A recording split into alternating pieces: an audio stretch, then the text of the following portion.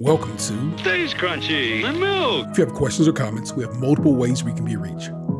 Twitter is, of course, the best way for those that need instant gratification. And the show's Twitter feed is at SkimPod, SKIMPOD. Stays Crunchy. For the more patient amongst you, the email address for the show is podcast@stayscrunchyandmilk.com. Crunchy again being spelled with a K. Crunchy. Hey, feel free to give us a call at 216-264-6311. That's 216-264-6311. Stays Crunchy and Milk. We're available by Apple Podcasts, Google Podcasts, Spotify, Stitcher Radio, anywhere fine podcasts are available. And of course, it's the website, stayscrunchyandmilk.com. Please rate, review, subscribe, and share wherever possible, including on YouTube, where we can now be found at Stays Crunchy. And over on Twitch, we're still Stays Crunchy and Milk. Our personal Twitters are Tatum216, Lunchbox2099. And I'm your host, the internet's Tayrel713. Stays Crunchy. Stays Crunchy. Stays Crunchy. Stays Crunchy. Stays Crunchy. Stays Crunchy. I breaks it down to the bone gristle. Ill-speaking Scud missile heat-seeking.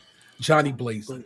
Nightmares like Wes Craven. Niggas gunning. My third eye seen it coming before what happened. You know about them fucking statin kids, they smashing everything in any shape, form, or fashion. Everybody talking about they blasting. Is you busting still is you flashing? Talking out your asshole. You should have learned about the flowing peasy afro, Italian stallion, the chinky eye and snot nose. From my naps to the bunion on my big toe, I keeps it moving. You know just what the fuck I'm doing. Rap insomniac, fiend to catch a nigga snoozing. Slip the cardiac, arrest me. Exorcist, hip hop possesses me. Crunch a nigga like a Nestle. You know my steez. Burning to the third degree. Sneaky ass alley cat top pedigree. The head toucher. Industry party bum rusher. You don't like it, dick up in your fuck you. Allow me to demonstrate the skill of Shaolin. The special technique of shadow boxing. And then I can go from there. I slayed MCs back in the rec room era. But hello, and welcome to it. It Stays Crunchy and Milk. It's episode 476. And can we give it up for old day, sir, for deposing Romulus Augustus? I think we can. I am your host, the internet's Tayrel713, joined as always by my other host, Tatum216. deck the halls with gasoline, light a match and hear them scream. Sure, one could do that. And also we're joined by the homeboy Lunchbox 2099. All right. Snap. Enter the world of the Playboy pinup girl, butt naked, dressed in nothing but pearls. You want to meet me because you know I'm freaky, and you want to eat me because you know I'm sexy. Got a man in Japan and a dude in Tahiti. Believe me, sweetie, I got enough to feed the needy. No need to be greedy. I got mad friends that's pretty.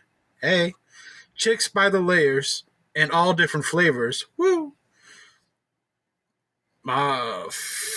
Fioso nailed it. That's how this thing go. Now everybody come get with the lingo. Shake your body, move your body. On the dance floor, don't hurt nobody body. I'm the one that put the range in the Rover. When I'm stepping out the range, yo, it's over. Coming through in the Brooklyn Mint gear. We gonna do this just like Big Papa was here. I don't know who did that. It's Lil Kim in the jump off, man. Yeah. See, that's you read it so stately that I'm like, none of this sounds familiar to me at all in this formulation. I find that hilarious. This is from my peeps with the Bentleys, the Hummers, the Benz.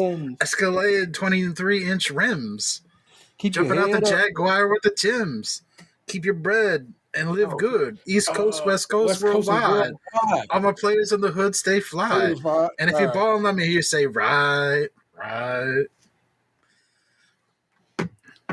Anyway, yeah, you know what we do. It's remote. It is for us, for you, listener, the first show of 2023. I hope you enjoy it. For us, it is the last show of 2022. And we went over everything last week. You know what it is. Keep my fucking moving. But also, I really enjoyed that show. I don't know, I don't know if y'all have listened to the show that went up today, but I enjoyed it very much as I listened to it today. As I listened to it, not edited it. Editing is whatever. But listening to the show, I had a very good listen to that to the very program we make, so I enjoyed that. And Normally I would have listened to the show by now, but I've been listening to a new audiobook. I'm knocking out another Nickelodeon biography with Josh Peck. Um, and it's pretty interesting so far. I didn't know the dude was into drugs that bad, but he was. He was the big one from Drake and Josh, right? Yeah. Man, he was into drugs? Is that how he lost all the weight? No, he lost. He lost drug. I mean, he lost weight through like diet and exercise, but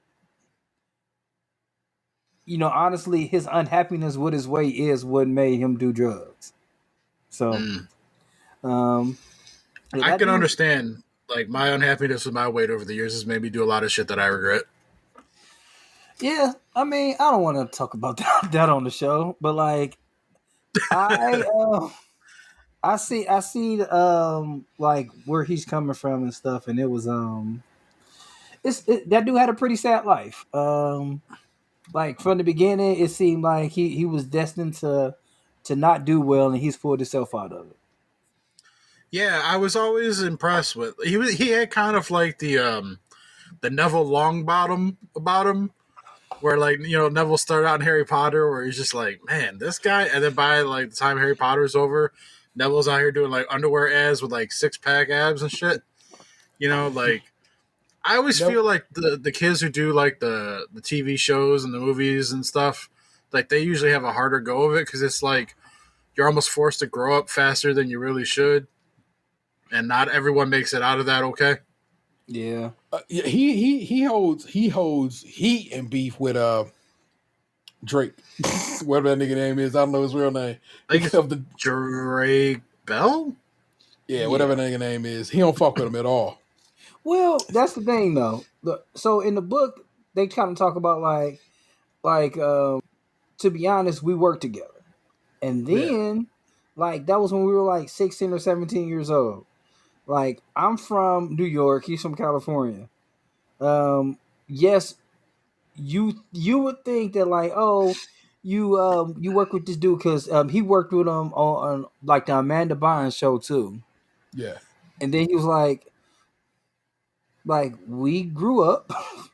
I went my way and he went his. Like sometimes we would talk, but the fact of the reality is because like most people think they have beef because he didn't invite him to his wedding.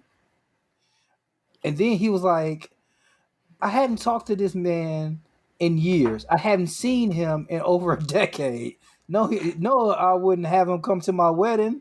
And then when he when the stuff come with this dude being a pedophile, he was just like, yes, I have my own problem with that. But at the end of the day, what coworker, if you're another one of your coworkers did something fucked up, you wouldn't necessarily have an opinion on it. You wouldn't necessarily feel good about it. But he was just my coworker. You guys feel all the energy. Well, no. So I'm not saying he got beef because whatever. No, he literally told a story, and I can't recall where the story occurred at. So he was like, dude said something wild, reckless, somewhere about his wife. Like they was together in the situation, and he said something fucked up to his wife or about his wife, and he had to come upon him like, man, you got to you got to get the fuck up out of here. But before you leave, make sure you go apologize. So like whatever happened, so it may have happened after the book or whatever, but it was like apologize, nigga, just ass kiss before you get the fuck up out of here. So I can't call it. Yeah, the book is from this year, so maybe. Okay, so that. Yeah, and I wouldn't doubt if I heard that article. I mean that interview this year. No, I'm saying maybe I just ain't got that far in the book. I still got 3 hours to go. I remember when I first started seeing them again because like I was like kind of at that age where like I didn't really watch Drake and Josh. Like I'd see it every now and again, but like I remember him from like the movie Snow Day and stuff. So I knew him as like the pudgy sidekick kid or whatever. And it's like after that I didn't see that dude for a long time. And then he started showing up in Vines and stuff. And that's when I saw that like he lost a bunch of weight and gotten kind of like ruggedly handsome, Did you Uh, watch his last meal with Josh on the good mythical on the I guess the mythical cooking channel? I think I did. Yeah. That one was a while ago, though, right? It was like maybe a Like couple a months year ago, ago. but no, it was during this year. It was during this year Hmm. because like I do remember seeing him on there. I just don't remember what he made. um I forgot, but I've been fucking with Josh Peck for a while, and not because of like it seemed like all the Nickelodeon stuff I missed. You ever like somebody and everything you like about them is the something else, but you don't really like them for what they famous for? Hmm. You know, that's tough. Like, I'd have to think about that. 'Cause, like, So the first time I seen him, he was in this movie I think with Macaulay Culkin's little brother called Mean Creek, and he was the little cussing little pudgy dude in the movie that do he get killed in that movie? Like they accidentally fucking kill him or something like that. Like it's a pretty good movie.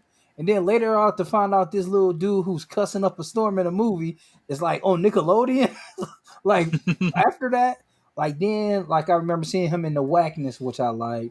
And then like he's in like a bunch of movies I've seen, but I've always been too old to catch him on Nickelodeon. So I feel like I missed a lot of Nickelodeon stuff where like those people are older, famous actors now, or they're redoing. Like iCarly is back for like an older version of the show where they're all like doing it again or something. Like, but I didn't see iCarly really when it was in its first run. I think I was already in like my late teens, early 20s at that point. But I always remember like the meme can where she's in front of the computer with the Pepsi or whatever, yeah. smiling, and then she recreated it like years later. Yeah. Like what's the one lady you like with the sing that was on Nickelodeon? With the what? Ariana That you Grande. Ariana Oh, Grande. Sing. Yeah, Oh, sorry about that. But like I didn't watch Victorious like with Ariana Grande and like all those people until I was like almost 40 years old. Like I was deep in my 30s yeah. when Well, the thing about all that too is it's like I know this is gonna sound bad, but like once like Pete Davidson starts dating people that I've been attracted to, I'm just kind of like, kind of brings it down a notch for me, you Somebody know? just pointed out that or did y'all send me that? Maybe one of y'all sent me that motherfucker from Counting Crows was the Pete Davis of his day.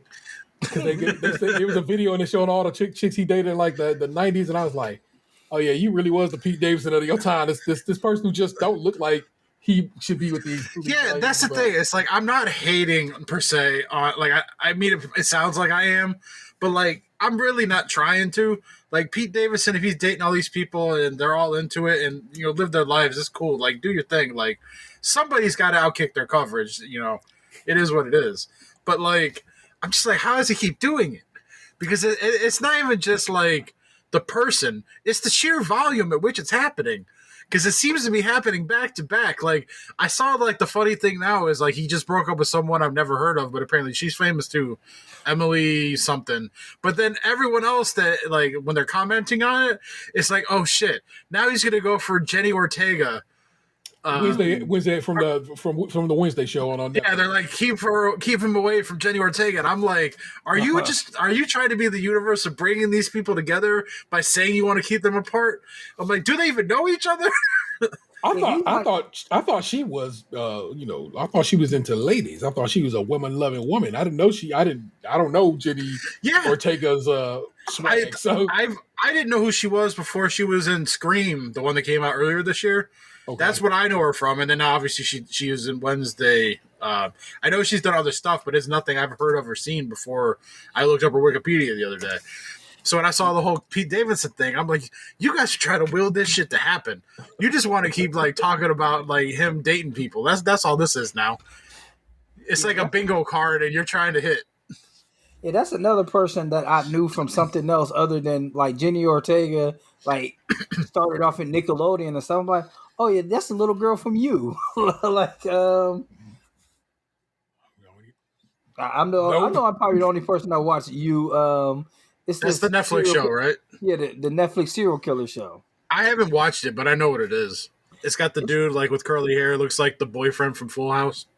and yet again, that's another dude who's famous he was famous for being on Gossip Girl. See, I never watched Gossip Girl. That was because that was the one with Blake Lively, right? Yes, and like I used to read the gossip. I mean, I used to read the gossip, not read, listen to the Gossip Girl books back in the day. And then when they See, came out with a show, I'm like, oh, okay. now this like I liked Blake Lively when she was in Traveling Pants. Accepted. Oh yeah. So So yeah, does Traveling that Pants era.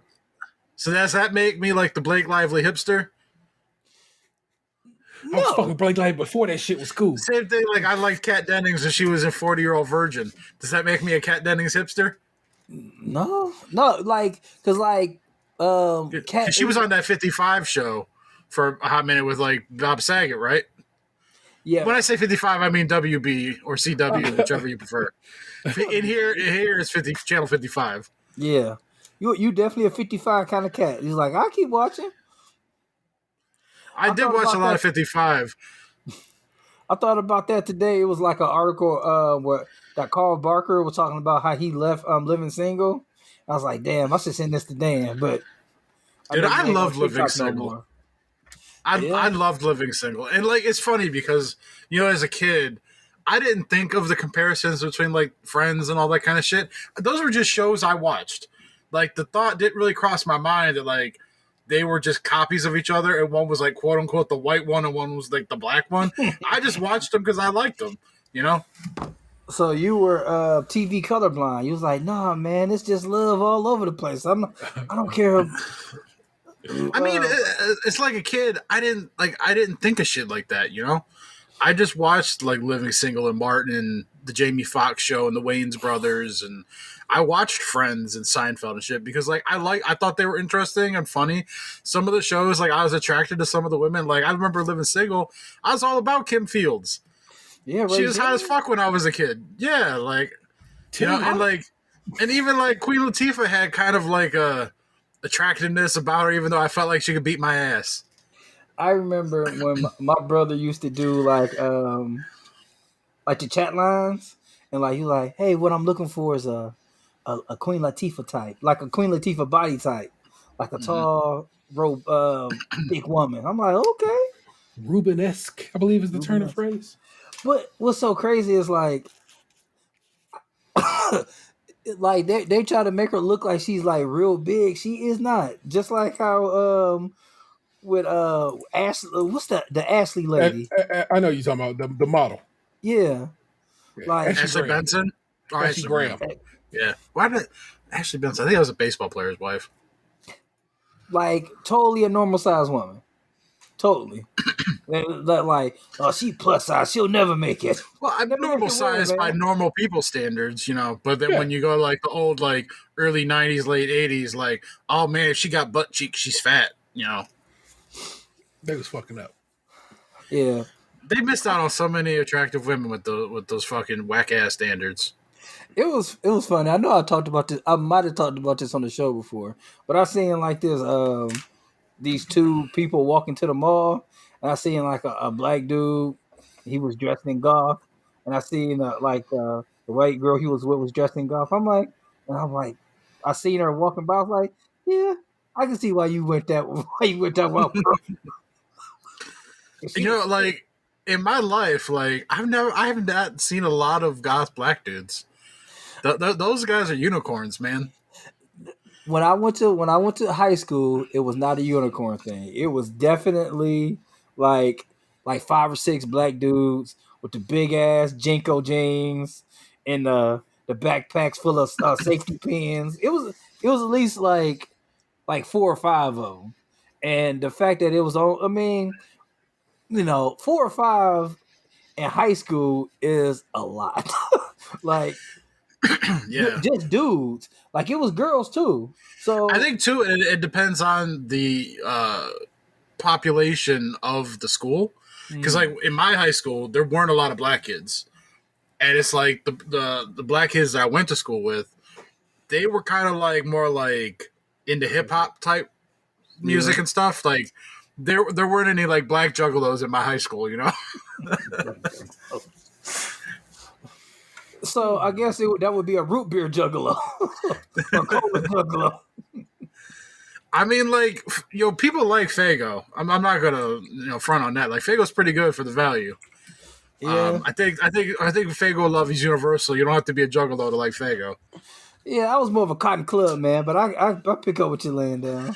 I think that's part of why I always appreciated Mark's too when I was a kid, because it was like one of the places you could go get like every variety of Faygo. It was like always there. Yeah, it was like you got them Fat Daddy 3 liters, for like 99 cents or whatever it was. They had the big caps. Always a danger to pour.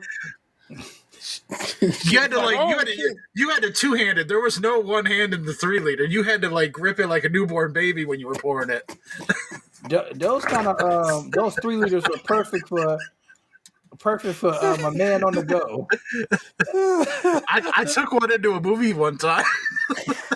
What the fuck? It was Orange County. I left it behind too. I drank like one of the liters of that. It was a root beer one, and I left it in the second row. Yeah, that's too much. That's far too much root beer to try to consume. Holy smokes!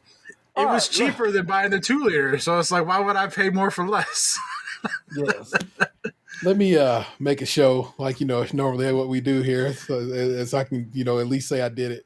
Also, I'll put y'all that Josh Peck interview in the chat, and I will put it in the show notes for you listeners, so you can see what I was talking about and what Ant was talking about. Stop! You're both right.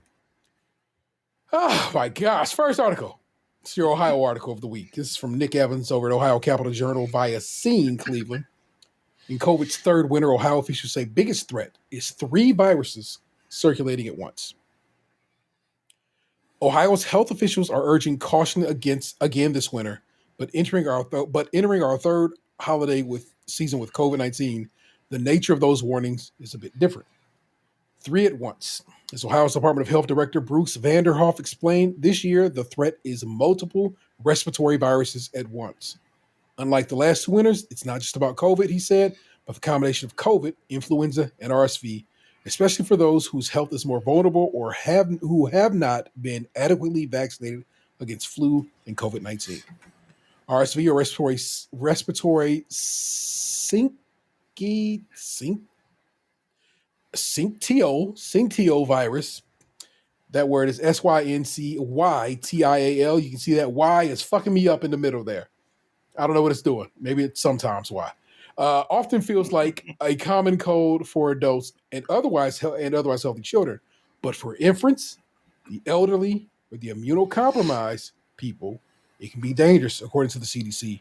RSV is the most common cause of bronchitis and pneumonia amongst kids 12 months old and younger, forgive me. Unlike COVID-19 and flu, RSV has no vaccine. Precautions and metrics. As ever, Vanderhoff's chief precautionary recommendations are for people feeling ill to stay home and for everyone to wash their hands regularly in situations where people must leave their house. Officials recommend wearing an N95 mask. He also urged those who haven't got vaccinated for the flu or COVID-19 to do so. Vaccination is the safest and most dependable way to ensure that you're maximizing the cellular immunity I talked about, Vanderhoff explained. It gives your immune system its best opportunity to confront and beat the virus. According to the CDC, the COVID-19 community level, a statistic based on a number of hospital admissions and number of cases per 100,000 population, is low in many Ohio counties. 12 ranks as high based on those metrics. Dr. Joe Gastaldo, Ohio Health Medical Director for Infectious Diseases, said people should be especially cautious in those counties. In those scenarios, regardless of vaccination status, the recommendation is to wear a mask, he said. If you're not feeling well, wear a mask. I think especially if you have an at-risk condition or are immunocompromised, I would advise you as an infectious disease doctor to wear a mask indoors in public. The CDC, more familiar community transmission metric based on cases per 100,000 population and percentage of positive tests, remains high throughout the state. All but 9 of the Ohio's 88 counties rank high for community transmission, and none are low. As for RSV and the flu, Vanderhoff noted this year both started earlier and rose more rapidly than in past years. Both viruses have receded from their peak, he explained, but remain dangerous for some populations. Just get your shots, people. That's all I'm gonna tell you. Or RSV, like before, the pandemic, like I think my oldest son and my youngest son had it before, and it does different different things in different children, but it might have been, I think you get it and then it goes away, but then they'll get little blotches all over their body when it's over. For some kids. And it like you'll get the fever, and after the fever break, you'll break out. Weirdest shit in the world. Then it'll go away. Just you take care. I've been making a point to wear a mask when I'm in stores and public situations again.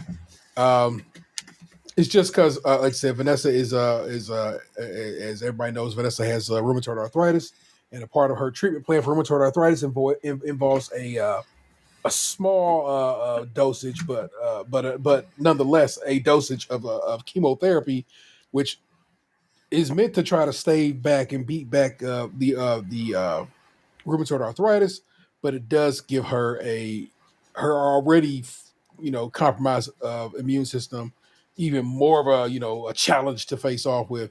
So I try to take care and do my part and wear my mask to keep me from sharing my spit with motherfuckers, man, and try to keep they spit back from me as much as I can.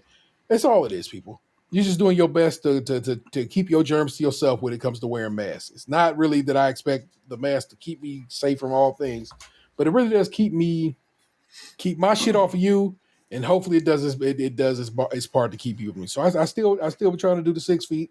I still try to be respectful of people, giving people the distance they deserve, and so forth and so on. And I don't know, I abide by it, bro. It's just I do what I've been taught, and I'm so far so good. And well, not really, but but so far so good in that I've been trying to take care of business in that regard. Your other story, I'm not going to read you the whole story. I am going to give you this headline, and y'all can step on this as y'all want to, and so forth. Misogynist influencer Andrew Tate's rough week capped by Romanian rape arrest. Oh no! I saw the video of him getting thrown into the car. So y'all know Andrew. Motherfuckers who know Andrew Tate. If you don't know Andrew Tate, man, he's a MMA fighter and a podcaster. He would call himself a life coach, I guess, who basically constantly talk about he the dude. If you ever heard motherfuckers talk about like high value men and all this other shit and alpha and beta and this, that, and third, men and women and shit. That's the dude. That's the one who did this shit.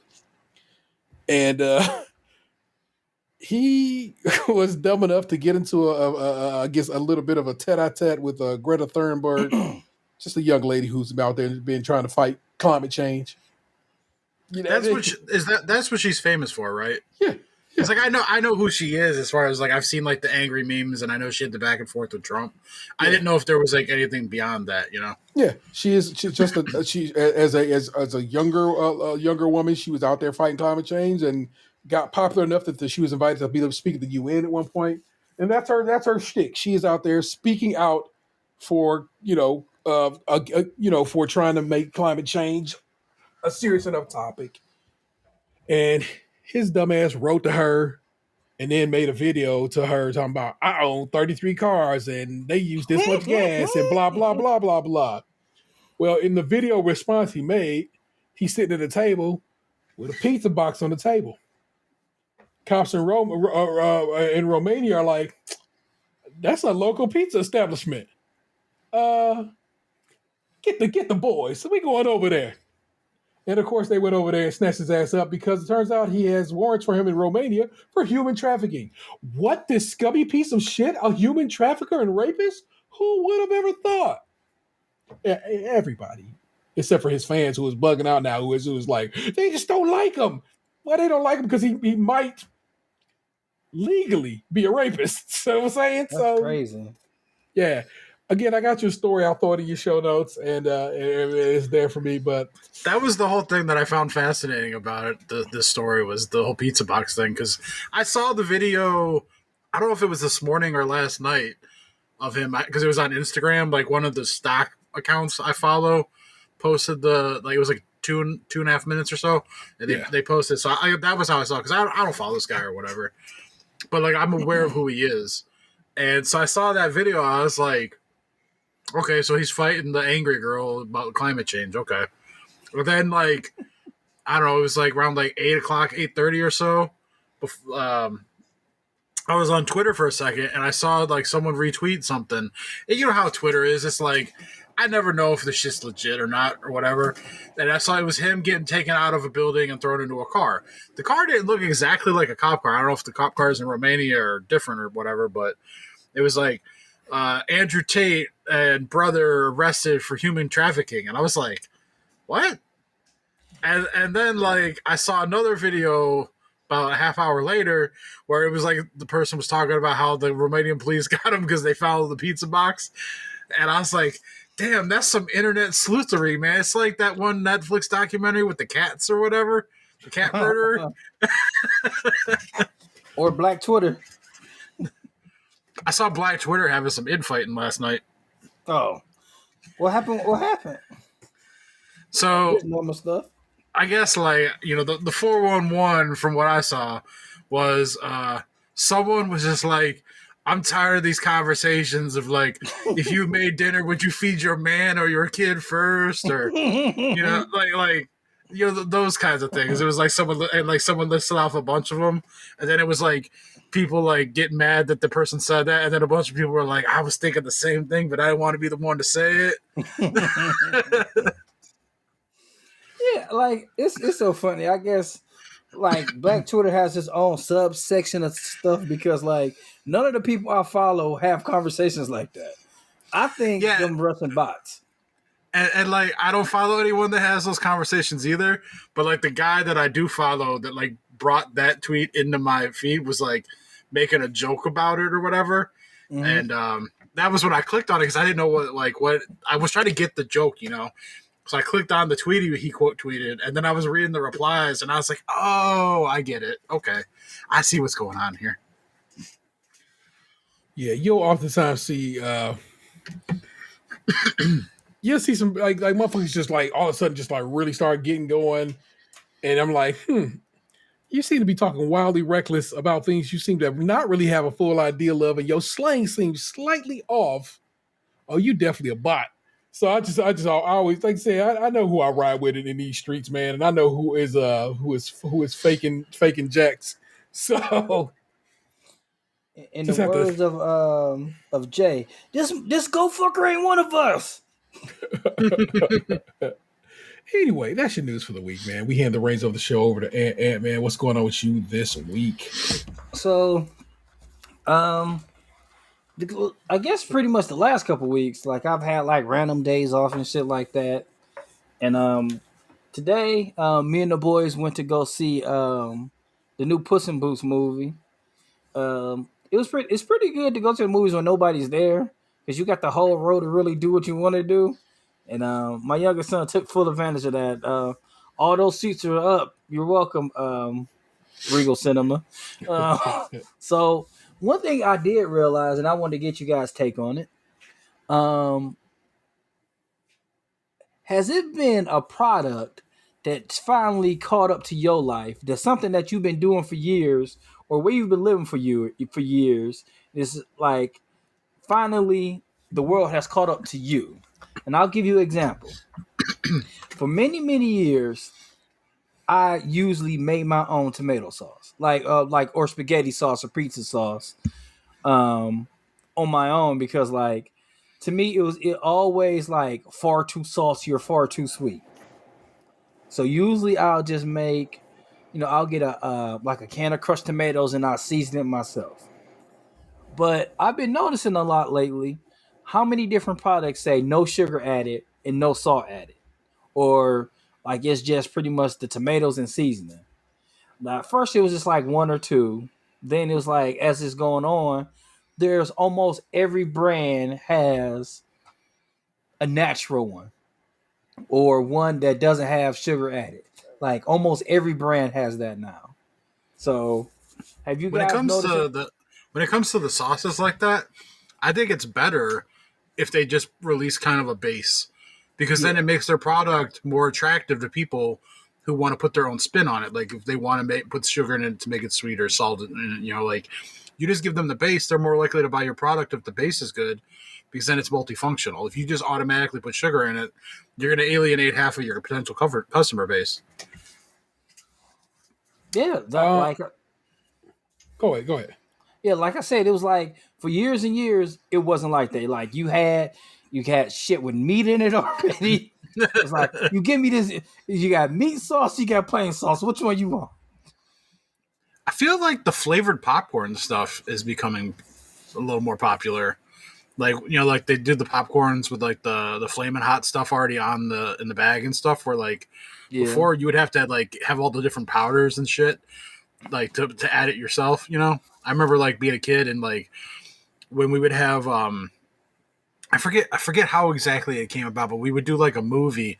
Man, that was I know I'm talking all over the place right now, but where I went to elementary school, the architecture in that building, now that I'm older, I really appreciate the way that our like quote unquote library was set up, Mm-hmm. because it was kind of like a giant circle in the middle of the hallway where it was like carpeted, almost like there were like it was like a mall fountain, but the fountain didn't exist. They just made it into like a sitting area. Yeah. And we used to go down there every so often and watch movies. Like they'd do the rolly cart, and we would go down there, and they give us little bags of popcorn. Like you get like a sandwich bag with like the cheesy popcorn, and they would staple it shut and give it to us. And I remember like a couple times trying to save that shit and build it up like a stockpile, because my dumb ass didn't realize food expires, And I remember like that was where I saw like the Ralph on the motorcycle and stuff, like those kind of movies. Oh, And yeah. Motorcycle Ralph. Yeah. yeah.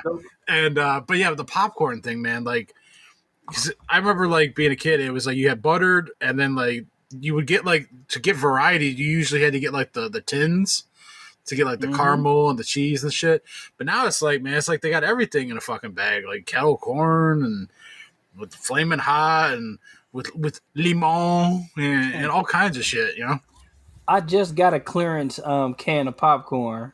Um, I guess just the other day because it was from Christmas, and the boys were arguing about like butter's better. No, the cheddar better.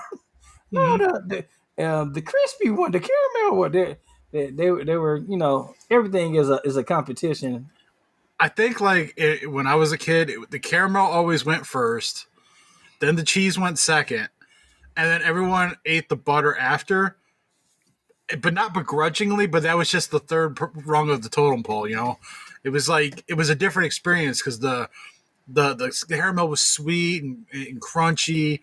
The cheese had the Doritos kind of vibe about it, and then Yeah, the butter one was always just super salty and savory. yeah. When we were leaving the movies today, they had a poster for the Cheetos popcorn that they sell at the movie theater now, which is like, I think I had it like one time, and it was pretty delicious. Cheetos is like on everything, man. Like they got commercials with what's the dude who sings Return of the Mac?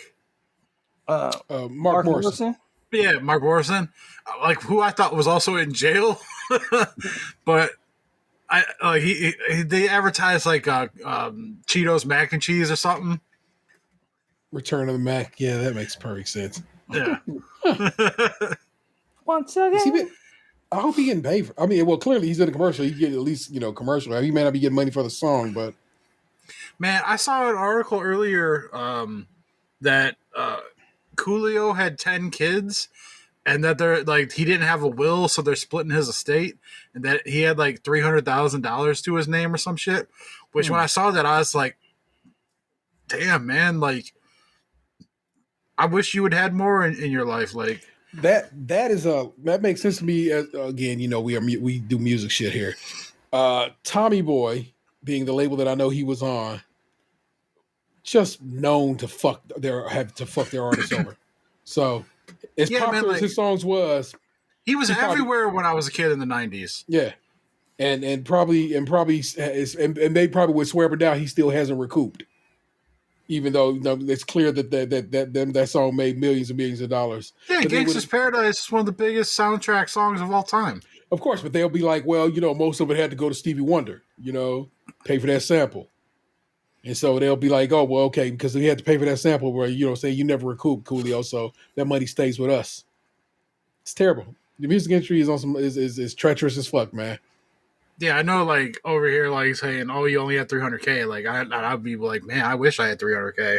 Sure. But it's like, I respect the success that his music career was when I was a kid. Like, I can't speak to what he did or later in life, like, my guess is, like, maybe did some of those, like, retro summer tours with a bunch of other artists and shit. But, like, I know he was, like, a chef and, it's just, man. like, I guess, like, I just wish that he had more monetary success in the end. Even though I consider his career, for me, a success. Yeah. Yeah, his show was one of the early YouTube shows. Or I think I used to get it like directly from his website that like I was able to finagle to watch at work. Like that they didn't have that site blocked, and it was pretty funny show. I remember how happy I was back in the day when I found that they didn't block like radios that like stations that streamed.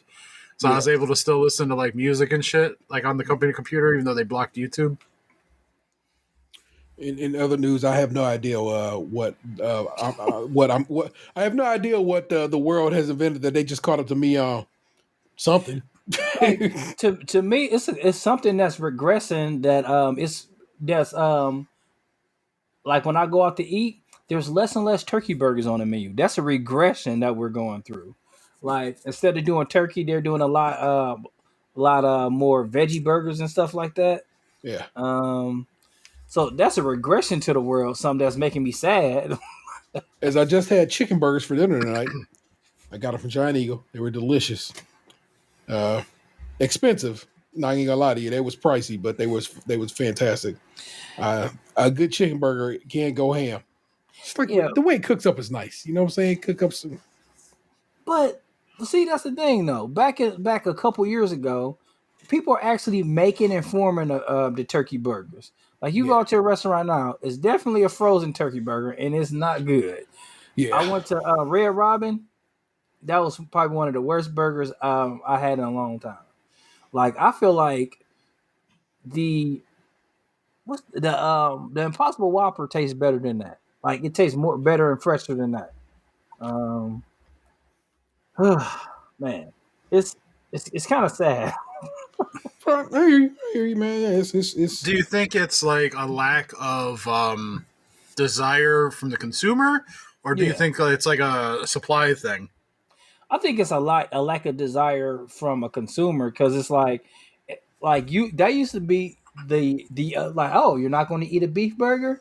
Well, your second option is we have turkey, or like they'll have a black bean. But it's like now that there's an Impossible Burger and it's probably cheaper to manufacture a turkey burger, and I mean, I'm sorry, not a turkey burger, an Impossible Whopper or burger.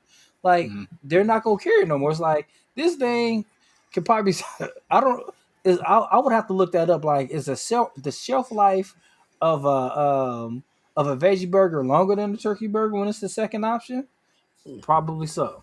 Yeah, my assumption would be like I know I can keep like frozen veggies in the freezer for a long ass time. They still like heat up just fine. But if I leave like frozen meat in there for a couple months, that shit starts to rapidly degrade. Yeah. Something from freezer burn and the like. Yeah. I wonder what freezer burn would be like on a veggie patty. Just scrape it ain't nothing I can't season through. Hit that bitch with some Lowry's. You'll be all right. Just push your way through it, man. How many movies have you taken the boys to? I mean, is that something y'all regularly do? That y'all been in the theater on a regular like that? That might be maybe. that was like I think the second time it was only me and them. Okay. I think we've been to the movies like together at like total as a family maybe like 4 or 5 times. Like, like we don't go to the movie like anytime it's a Marvel movie. Like, my partner and I will go. Yeah. But like as far as like with the kids, it's like we have Disney Plus. We have like most of the stuff like just wait a couple weeks, it's gonna be on that. Or it's very rarely they'll like so when we seen the trailers today, they was really pumped about the Mario movie. It was like, yeah, we gotta see, I wanna see that. Because they play Mario Kart. They know Mario. When they seen the Spider-Man trailer, they liked it. But they weren't like, oh yeah, I gotta see Into the Spider-Verse Part 2. I mean, to be fair too, there's also so much happening in that trailer that Yeah. it's hard a little bit to like kind of wrap your head around it. You know. Yeah. Like Mario getting smacked by a monkey is like real straightforward. Like we want to see this monkey smack Mario, but it's not really often. So hopefully as they get older, because we talked about it at dinner time today. Like I can't wait to watch like Step Brothers and RoboCop and like stuff like that with the boys. Like I try. Netflix has this series of shows about how movies were made or something like that, or the movies that made us. Mm-hmm. And one of the episodes is Nightmare Before Christmas. My oldest son loves Nightmare Before Christmas, um, and I can't stand that movie, but I know he I know he likes it. So I'm always like, oh yeah, they got this and they got that, and I try to show him the like that episode, and so they're talking about you know like um Wasn't there some controversy in that like Tim Burton's name got put on the movie, but like he barely did anything for it? Yeah, it's I forgot the guy who did it, but he's also the guy who did James and the Giant Peach. What is his yeah. name? Oh my gosh. I hadn't got that far in the movie, but um so the day before we watched this, I'm like, hey, you want to watch Pee Wee's Big Adventure with me? He said, that's a hard no, buddy. I don't want to watch this shit. And then when we started, watching the show a little bit, which he didn't want to watch this show either. Um, I was like, oh yeah, he was like, that's the movie you tried to get me to watch the other day. I'm like, yeah. He's like, can we watch it now? I'm like, maybe later. Henry Selick is the one who Okay. actually produced, directed that shit, and so forth and so on. But they knew putting Burton's name on it, especially after Batman. You know, what I'm saying Batman and Batman Returns, that shit would just get some shine, and it did. But now everybody always thinks, oh, that's a Tim Burton joint. He's like, nah, no, he had very little to do with that. But And like, then he created the character back when he still worked for Disney, and I guess that was it the only way that he could that they could kind of steal his not steal his stuff, but like take the creative license of it or something like that.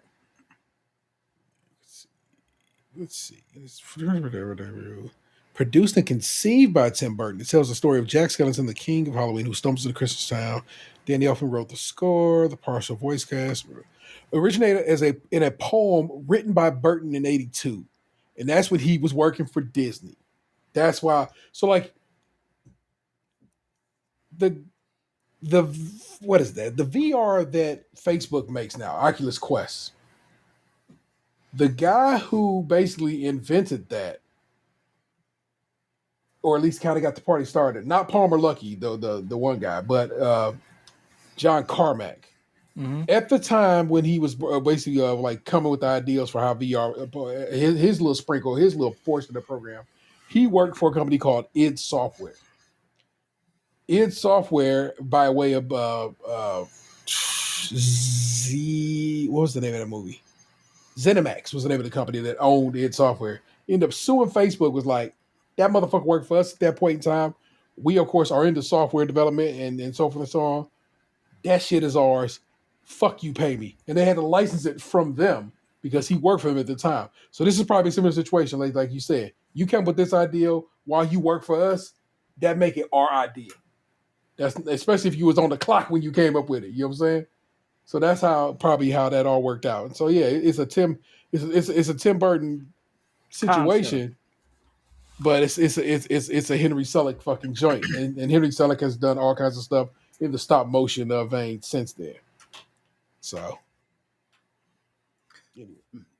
Man, that was Anthony doesn't know this, but when I took T his Christmas gift last week, the bag I took it in was a Nightmare Before Christmas bag. If I just went with that because I thought that Vanessa would have wanted the bag. I didn't know that your son would have wanted the bag too. it is of course hanging in my closet right now, but don't worry, we can make shit happen. Cause that's the easy little pass off. Because I can tell you this, like your stuff's in a bag that's like that, but it ain't Nightmare Before Christmas, and it ain't nothing that your kids are gonna care about. I don't think it's Frozen too. Oh well, no. My youngest son Emery loves Frozen too. Well, he likes Frozen, period. But all right, well then he's got a Frozen bag coming his way. Oh my gosh. Anything else, Ant? no, I can pass the baton. Indeed, we do pass it over to young Daniel, bruv. What's the good word, man? Well, you know what? Go ahead. We'll keep coming back around. Go ahead, go off, kid. Okay. So I went and visited my family for Christmas last week. This is what I want to talk about. So good. Thank you for that. Yeah. So I have been kind of like a homebody, and I haven't spent a lot of time with my family since I left the homestead after high school. And so it's like there were a lot of years there where like I didn't see anybody, we didn't talk to each other. And I think as we've gotten older, and my dad died like 3 times, as he likes to remind everybody, I think like there's a desire there for my family to do more stuff together. And this Christmas made me kind of realize just how close I could be to like quote, like in a roundabout way, like being alone. As far as like everyone from my dad's side of my family, other than my sister and her fiance, was at my cousin's the other day, and there was only like a handful of us. It was me, my stepmom, my dad, one of my brothers, my other sister, my cousin, and her dad, my uncle. That's it. That's all of us that are left here. Yeah. Like my grandparents are gone. My other 2 uncles and my aunt live out of state. My cousins live out of state. Like they didn't grow up here. They were born in other places. So it's like my uncle's in his 60s now. My dad's in his early 50s, well, approaching his mid 50s. He's had, he's legitimately been dead a couple times. Like, I'm not just saying that shit. Like, medically, my dad was dead. My stepmom's health, she's a older lady, has had weight problems, like, most of the time I've been alive. So, she has aches and pains and shit. And it's like, my siblings, we all have our own things. And it's like, you start to look around, and like as more people pass away in your life, you kind of like realize that you truly do need to capitalize on the time that you have with the people in your life before they're gone too. Like losing my grandmothers, and I know some people might think this is funny, but losing your animals and stuff like the last 2 years has been pretty fucking hard. And when I was with my family the other night, like I was happy to be there, even though getting there was like fucking crazy because it was like -5 here, and the roads were a little choppy, but it wasn't too bad. But my cousin lives in like a townhouse, and like the signage on those things is terrible. And like I'd only been there one time. Like I've been there, like I went there for Thanksgiving last year, and so it's like I'm trying to navigate to find a building that looks like all the other buildings around it, and like it's like there's more than one home in the buildings. I think like they're like multi-family. Yeah. So it's like I'm trying to find one unit amongst buildings that all look the same. Everything's covered in snow, and it's -5 degrees outside, and the wind's like whipping around. And so I ended up walking down like a driveway because I remember going last year. I remember like parking at the other end of the street, walking down like a driveway and hanging a left, and it being like kind of in the back. So when I went there this time, there was a driveway on the other end of the complex. I'm like, all right, cool. I remember I had to walk down this way last time. So maybe if I just cut down this way, it'll be a shortcut and I can get to this building. So I walk down the driveway and I get to where like I think her house is at, and like I can see it, but there's no fucking sidewalk. And if there was one, it's buried under snow, but I don't think there was a sidewalk there. So what I ended up doing, because I didn't feel like walking all the way back around, I cut through some people's yards. I walked through someone's quote unquote backyard, and then I walked down a snow hill, and I got there. It ended up being the right house, thankfully, because I did not want to do that shit again.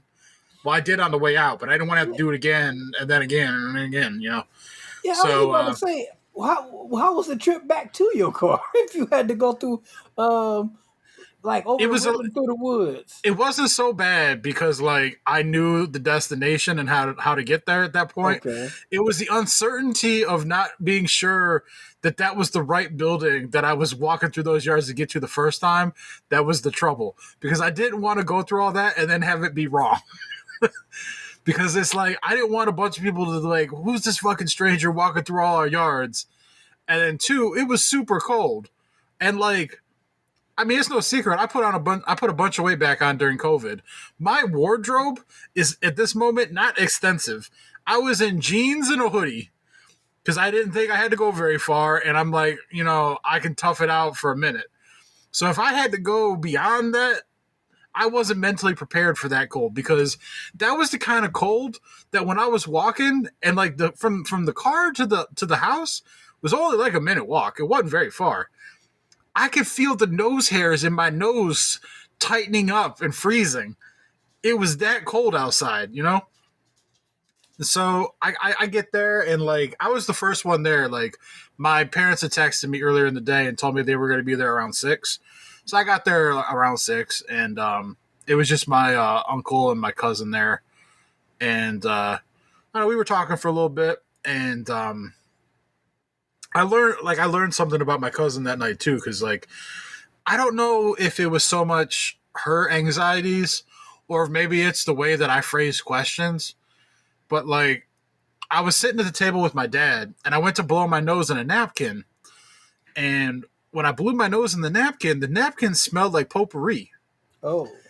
And I was like, "Hey cousin, are these your napkins?" And she goes, "Yeah, why?" And I'm like, "Are they scented or something?" And like, I think she thought she was getting super defensive. Like she thought I was like trying to set her up for something. Yeah. And I'm like, I could feel it, And I'm like, "Hey, I'm not trying to bag on you. I'm like, I literally just was blowing my nose in these napkins, and they smell like fruit or potpourri or something. So I was just curious if you bought scented napkins, because I didn't know that was a thing, if it was a thing, Yeah. I guess that could be something that we could be on the new way for it. Yeah. But then she started telling us about like, some of those. That's one of the things she struggles with is like, feeling attacked when she's not being attacked, and stuff like that. So like, it was like we were having a conversation about that, and then I asked her about her Christmas tree, because she has like her Christmas tree with like a bunch of ornaments on it, and so I was asking her like the story behind all that stuff. And my dad, it's funny, like my dad can't help himself. Everything becomes like a conversation about government conspiracies and the fall of like the economy and stuff. And I'm just like, man, I'm just trying to sit here and have dinner and enjoy everyone's company. I'm not trying to talk about the fall of the American dollar. But he can't help himself. But that's the other thing too that I've come to learn. It's like as I've gotten older, I appreciate more of when I was a kid, my family took care of me as far as like providing for me, making sure I had like a place to live and food and like I guess like I was loved, but like not in the way that you would see on TV and shit, but like I was still loved.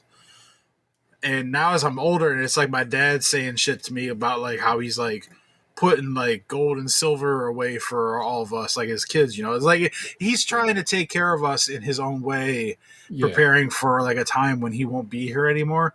yeah, And it's both like beautiful and sad, but also like it's weird for me because like ever since I left home, like I have friends that do like help me out and do stuff with me and for me and whatnot, and like I appreciate that.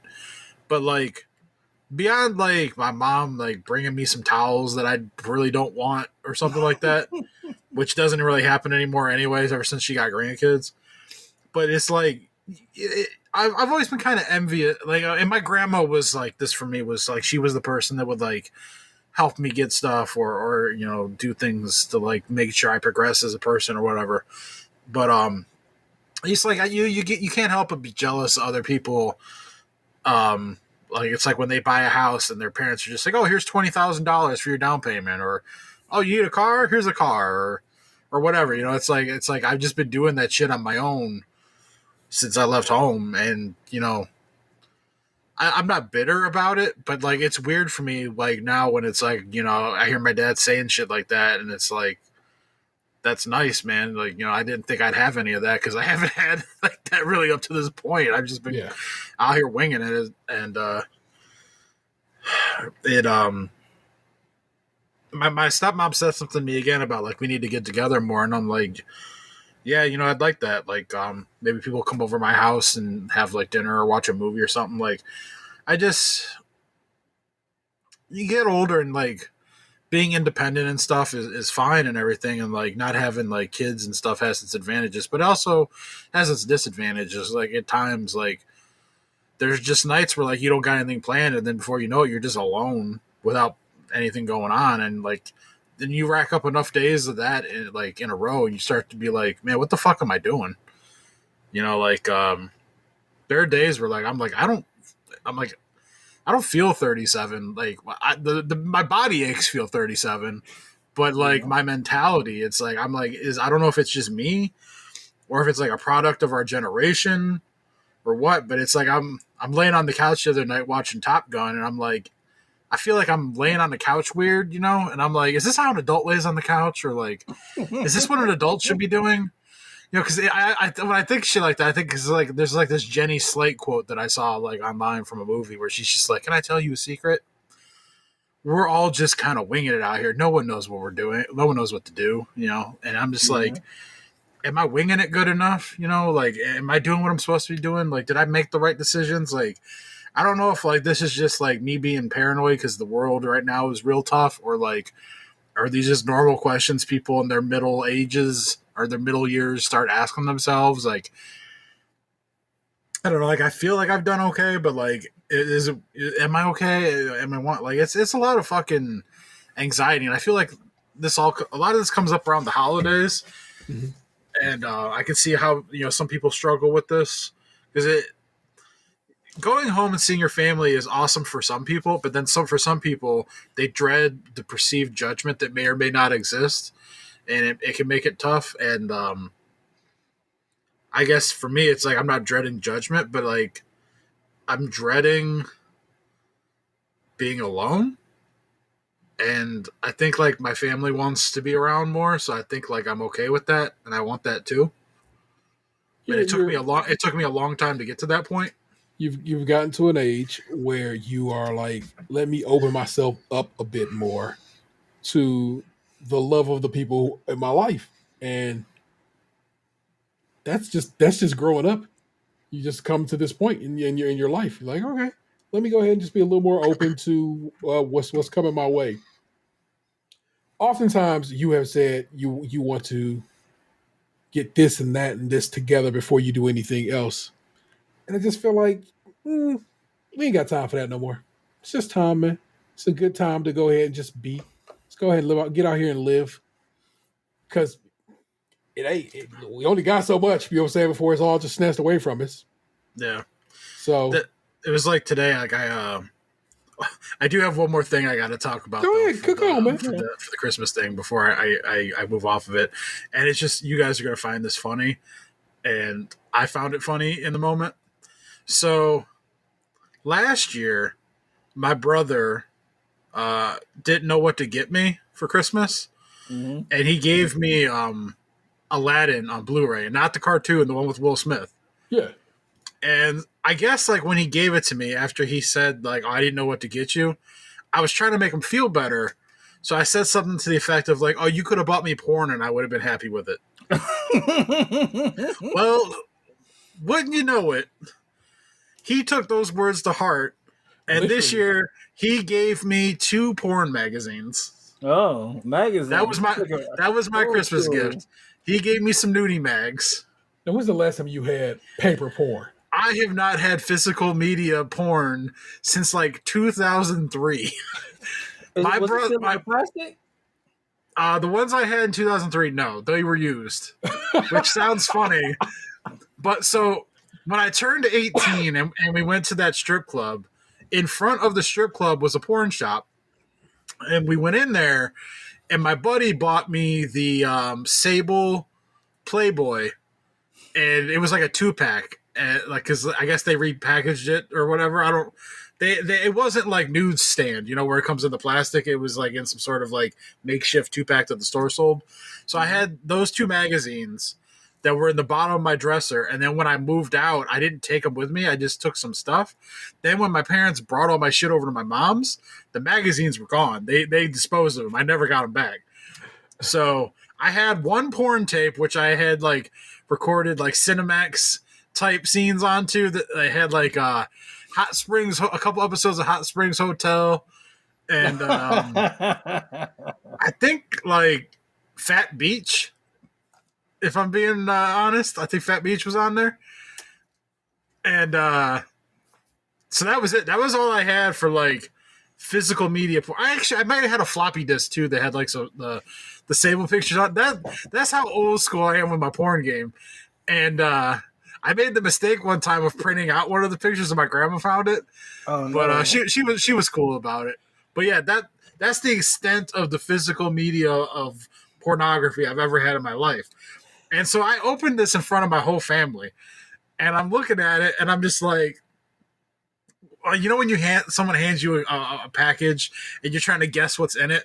So he hands it to me, and I'm like, oh, it's like a book or a magazine or something. So then I open it and I see it, and I'm just like, and then that's when he tells me what I said. And I'm like, you know what? That does sound like something I would have said. And I go, so like, do you want me to like report back to you on what I think or how it goes? So yeah, I have 2 unopened porn magazines in my bedroom closet right now. Okay, so what was the what was the subject matter Of the magazines? Mm-hmm. So I haven't opened them. They're still like in the plastic.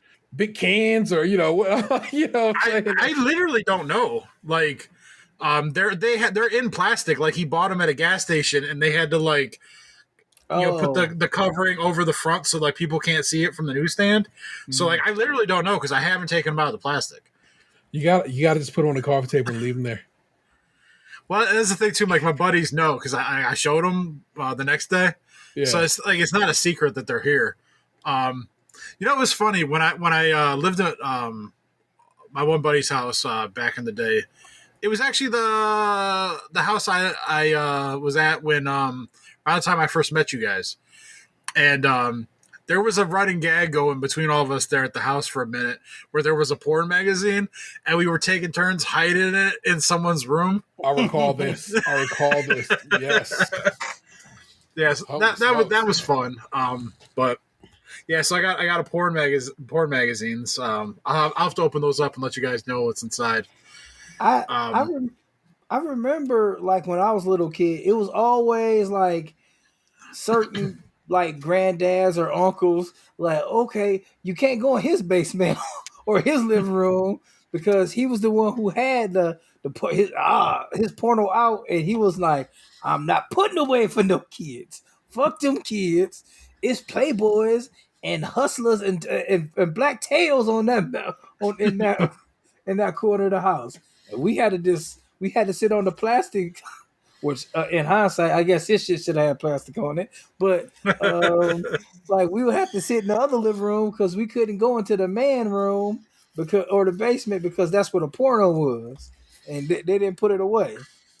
I don't know if I ever talked about this before, but when I lived at my dad's house back in high school, I knew where he kept his porn in his dresser. Mm-hmm. And when I came home every day, there was always about like a half-hour window between when I got home and when somebody else may have gotten home, like my siblings, like from school or something. Because at one point they were walking themselves home, like in a group. So like I knew that like if I made the time right, I had enough time to go into the dresser, grab the magazine, do what I needed to do, and then put the magazine back where I found it before anyone got home. And so like, My God, he's Jason Bourne. yeah, I was the Jason Bourne of porn mags. Oh my God, he's Jason Bourne. So yes, I guess this is the first time I've ever said it. I used my dad's porn magazines in high school to jerk off. What was his flavor of magazine? So he only had like two, and I always used the same one because it was like, my style of woman, like a Latina with darker hair, and so maybe my dad helped push me down that road. But like that was what was in those pictorials. I remember like reading the comics too. Like it was like, well, because I was curious about the magazines. It's not like there wasn't like a steady stream of them, and you could only like look at the same thing so much before you got curious what else was in there. So I've come. Now it's time to laugh. Yeah, it's like I've come. Now I got to learn a little bit. Read about what other people are going through and learn a little bit. I've come. Now I can learn about the 1996 Florida Explorer. Well, you get that post-nut clarity, and you're like, oh man, I've got 10 more minutes before they come home. Let me read the articles. I am thankful. I'm thankful that I've grown up in an age where like porn is accessible, but like as it is, but it's also sometimes it's too powerful. No, it's just it's too. It's far too much. It has too much of a hold on me. Yeah, it's in this day and age, it's pretty not. It's funny. It's like you could be naturally curious about a person on the internet, and then 5 minutes later, you see a penis in their mouth. Yeah, it's too much power sometimes, and there's also sometimes too much bleed over. And I say that because like I was on like a work Zoom meeting a couple weeks ago, and I got a text message from a buddy, and so I was like clicking the text message to read what he said while we were in the meeting, and naturally like I had like a Reddit notification and something else going on, and it's like no one ever remembers if their volume's up on their phone, and like nothing happened. I'm not saying anything happened, but I'm just saying in my mind I got freaked out because something could have happened. You know, and it's like I don't want to be known as that guy or something happened because of something stupid. Because like people send people shit all the time. Like I'm in multiple group chats. I'm not in control of what other people send to me all the time.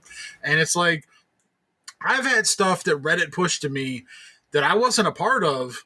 That like I saw stuff that I'd never seen before. That like if I pulled that up in a Zoom meeting, it wouldn't have been good. But Reddit be like, do you want to look at this? And I'm just like, Reddit, I didn't ask for that. Yeah. Reddit sends me notifications all the time for shit that like I don't even write on Reddit. I don't think I've ever commented on anything on Reddit ever. Like if I have, it's like one time. So it's like they be pushing me shit all the time based on my Google searches and stuff.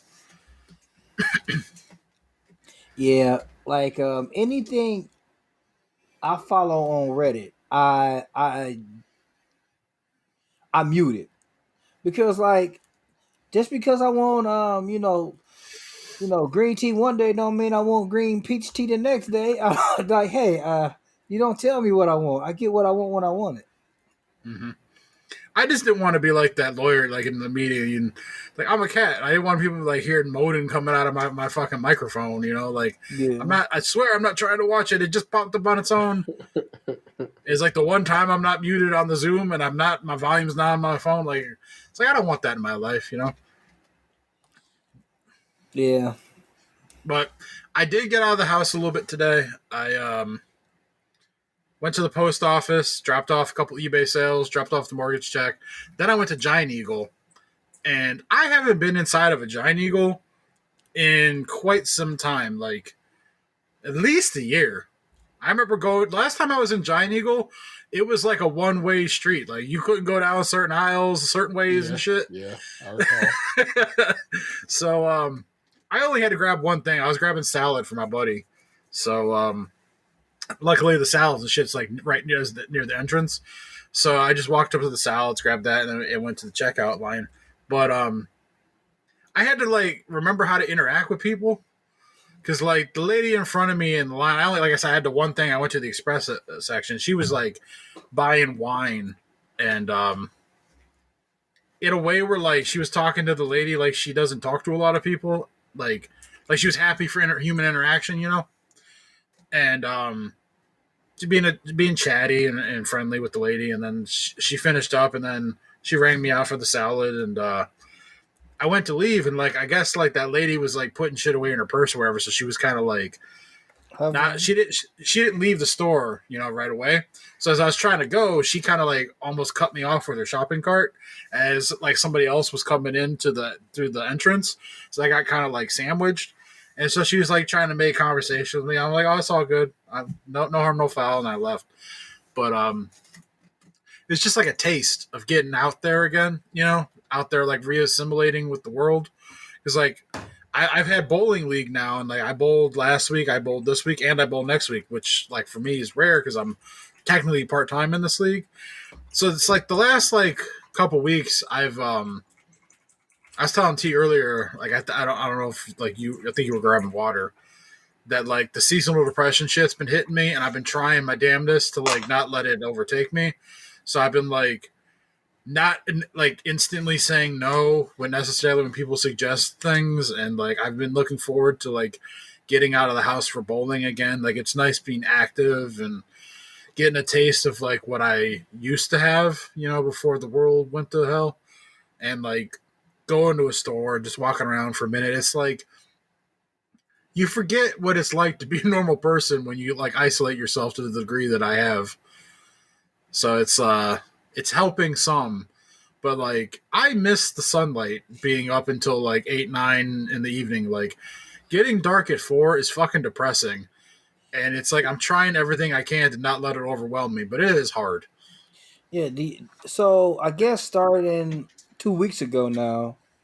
Oh no, even 2 weeks ago. 9 days ago, like we're on the other side of that, and I noticed that like it was like 4:52 and it wasn't pitch black already.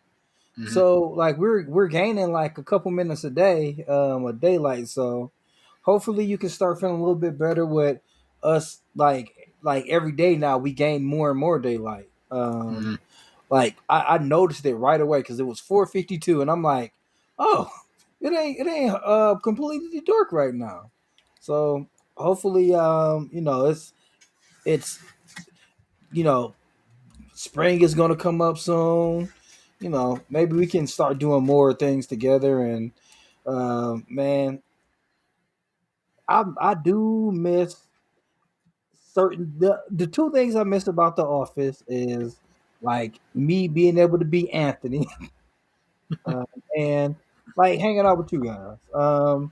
Like my partner asked me did I want to go to her aunt's brunch thing in this downtown, and I'm like I don't like going downtown. It makes me sad.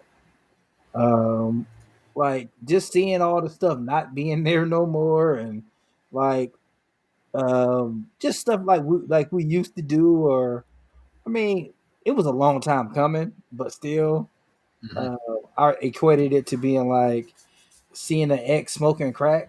It's like, I think that was another reason why I didn't really want to go walking around when I was down there for jury duty. Because it's like, it's never going to be like it was, yeah. and so it's like, can't look back in that regard, And it's not like you guys were there when I was doing jury duty, so, walking around, go looking at all the places that don't exist anymore. It's like, that doesn't sound like fun. That sounds depressing. Yeah. You do it with a team though, and be like, "Yo, remember what was here?" Then it becomes a little more, it becomes a little less depressing. Yeah, unfortunately, the government didn't give us all jury duty at one time.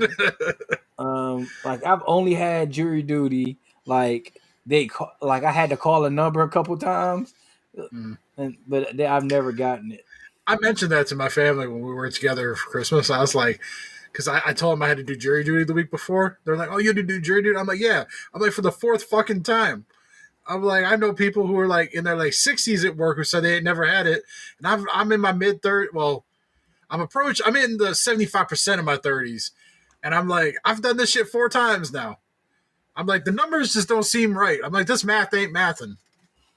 So what I forgot to mention, like we have to start talking, is like when you give like the DA any kind of feedback or something like that, it's almost like they're like, oh man, this dude's cool. We're gonna try to get him again to come down and help us because like you did such a good job. They said they love feedback so much that they encourage it, and a lot of people don't give it back. And you were probably one of the dudes that gave them some positive feedback. Well, damn me. I'd be cool if I don't have to do it again, like in my lifetime. And that's only because, like I said, like last week, like the stress that the PTSD of like wondering if the people that you put away are ever gonna come for you, like that shit exists.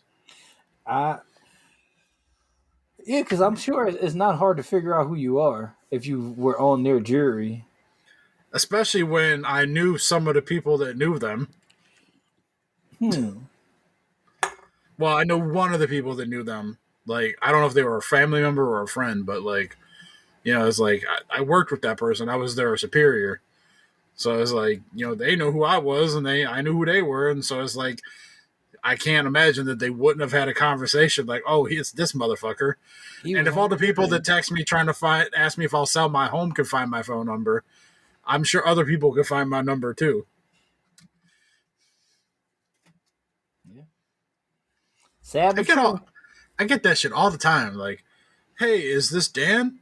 Would you like to sell your home at blah, blah, blah address? Please let us know. Text stop to end these messages. I'm like, you're just trying to see if this is a real number. You ain't not going to stop nothing. I can't stop. Texting me all the time from these fake Google numbers. Man, I know T saw this tweet the other day. I know this is unrelated to the whole story I just told. But someone in China is trying to get into my Steam account, which I didn't even remember that I had a Steam account because that tells you how long ago that I started a Steam account. So every morning I wake up to like 4 to 5 emails where it's like someone's trying to do the forgot password or the login thing where it asks for a PIN that only it sends it to the email. But because like my email password is the only thing that uses that password, it's not possible for anyone to have that password because I've never told it to anybody. I've never put it anywhere else. They can't get into my email to retrieve the PIN. So every day someone in China tries their damnedest to get into the Steam account that doesn't have anything on it. What is Steam? It's a PC application for buying video games. It's where most people who buy their video games get their games from. And Interesting. Yeah, like I have a Steam account with multiple games. I also have an Epic. You know me. You know how it goes. We'll just put that there and be done with that. So I find that very amusing. What was I going to catch up on? I want to talk about, of course, traveling, but not traveling, but going to Nessa's mom's house for Christmas. Like Bach said, we was in the middle of some real fucked up winter ass weather, and like for whatever reason, my neck of the woods, y'all know where I call home. This corner of the town we live in, I don't know what the fuck they was trying to do. But then you hit the street here and go just a little further down. And all of a sudden it's like, okay, these streets are reasonable. Fine, cool. All right, let's dip. All right. My neighborhood ain't plowed right for whatever reason this go around, but everywhere else seems to be pretty smooth going.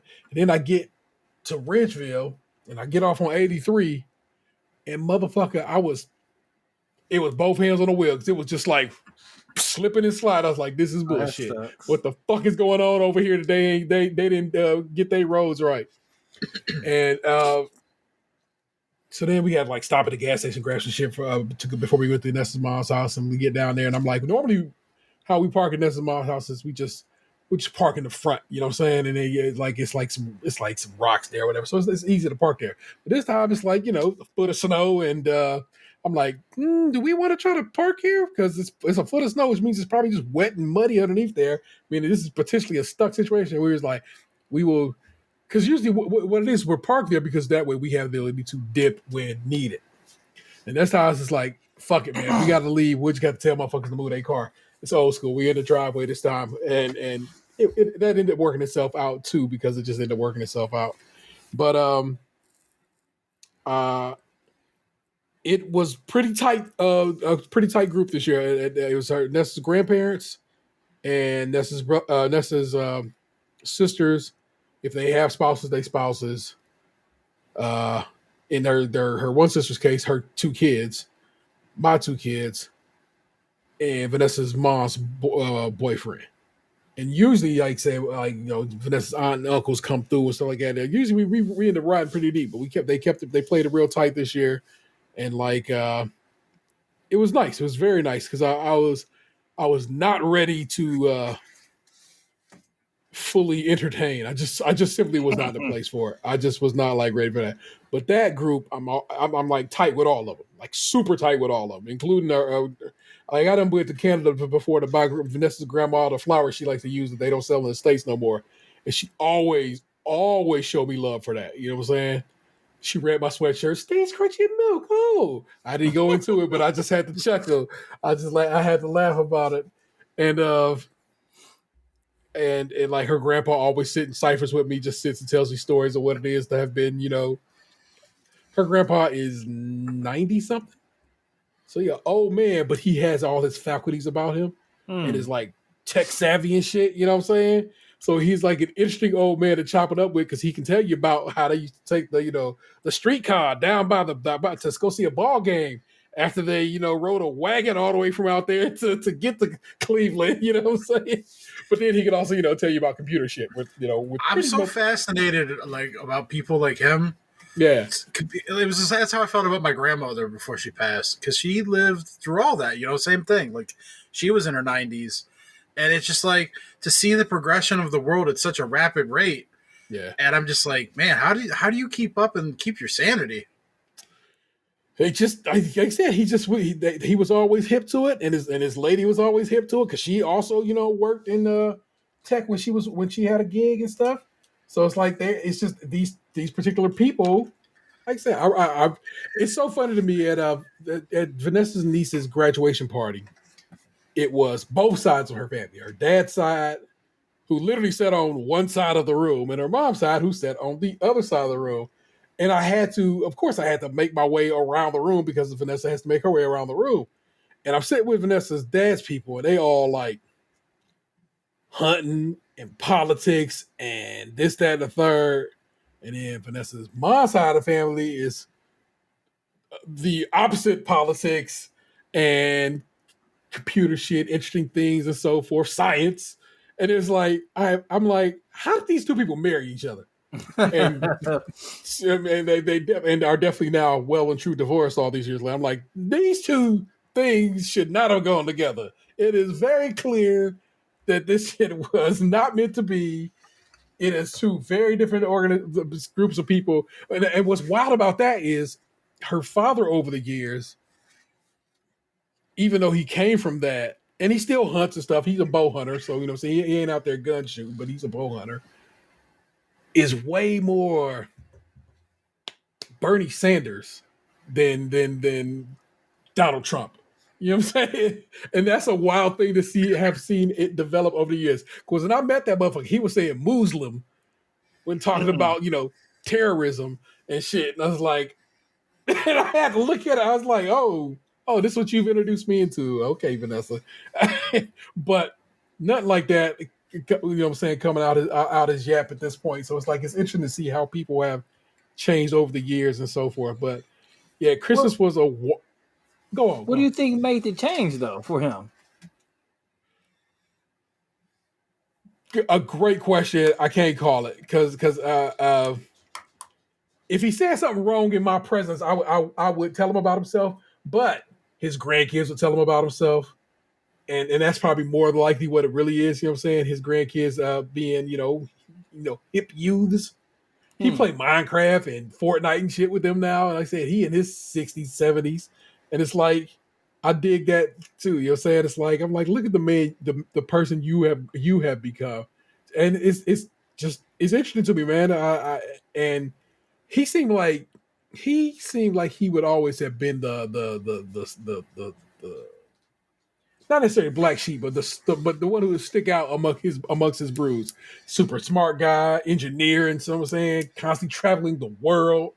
And I don't feel like any of his squad is like that. And I'm like, okay, that's where you can make it make sense where these two would have hooked up and made a family together and so forth and so on. It's like, yeah, you are your own. You are kind of like this, but you also aren't like that in many way, shape, or form. I mean, do you feel though, like in today's world, that everyone's more sensationalized?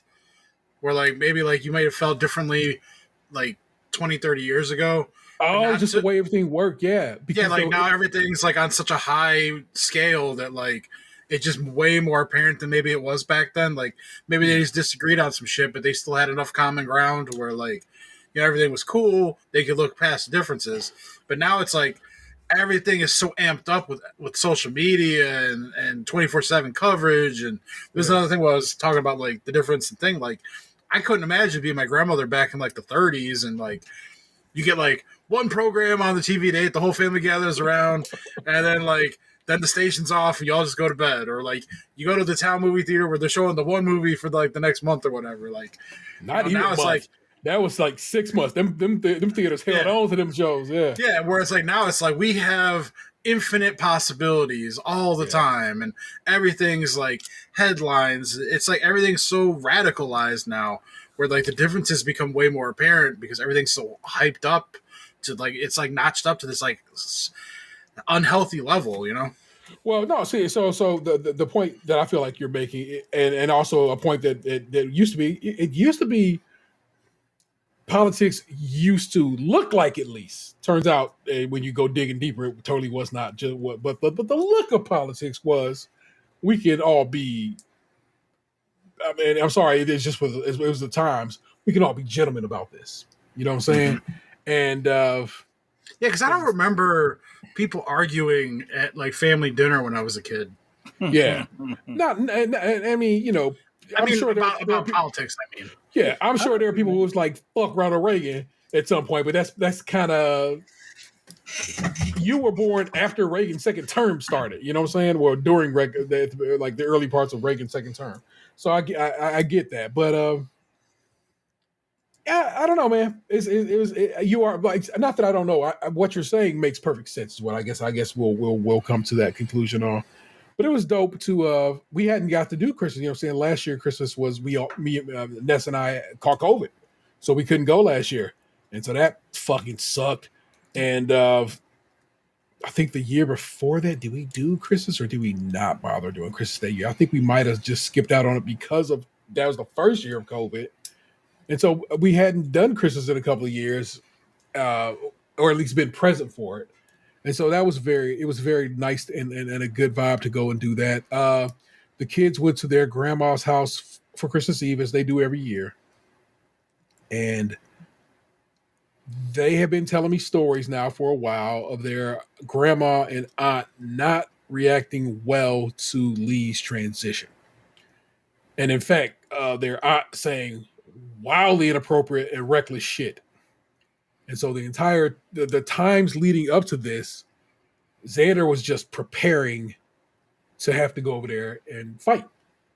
And I was like, I don't want you going over there prepared to fight. I want you to go over there and enjoy Christmas and have a good time with your people. I don't want you ready to fucking take motherfuckers to war. And I kept trying to talk to them and have a little basic pep talks like, don't go over there with that. If you go over there and they say something reckless, just laugh it off and keep it motherfucking moving. And I go off, and if it really comes down to it, if it really, really breaks down to it, just get up and leave. Don't take shit with you. I'm saying, don't worry. I'm telling you right now, don't worry about it. Any of your Christmas stuff, your uncle will end up bringing to you, and it'll still show up in your life. You're not going to lose out on Christmas because of this, but you will show them that it don't mean shit to you, but your sibling does mean something to you, and that you could leave if they came down to talking out their neck again. Me saying that kind of jarred something in my head. Was like, well, wait a minute. If you telling him, you know what I'm saying, that his uncle is the plug, then why don't we go ahead, we hit your uncle up. So I hit their uncle up, was like, here's what's going on. Here's what the kids have told me. And what I'm going to ask of you is that you kind of keep a watch over that shit. And if your mama and your aunt come out the mouth on some reckless shit, you know what you need to do. And he's like, I got you. I'm so sorry they are so, old and weird.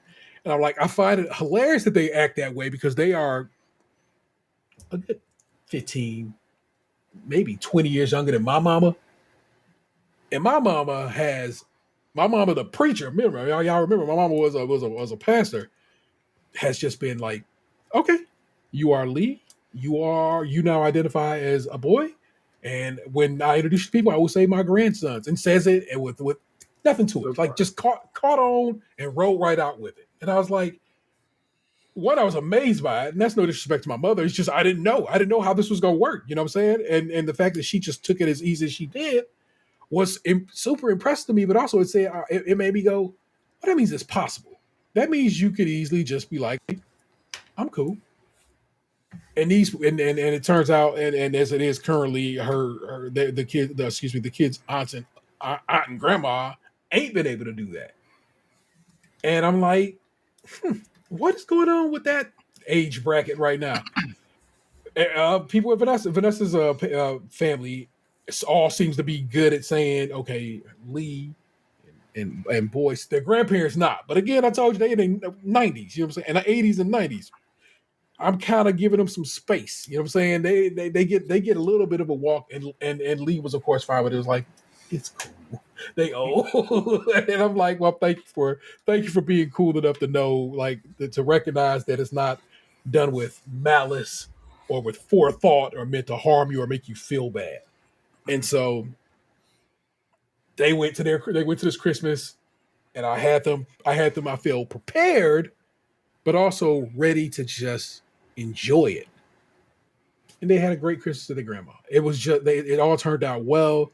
They played board games and shit, and hung out, and didn't really eat because Xander never eats his grandma's food because he hates it. But Lee ate some stuff, and that was dope. And they got everything they asked for, and probably more. And I thought that was pretty pleasant. You know, that's great. You know what I'm saying, and so forth. But I was just like, yeah, that's the vibe. This Christmas, honestly, God, y'all, was outside of our family business, was really something amazing. It was nice to see. It made me feel good. I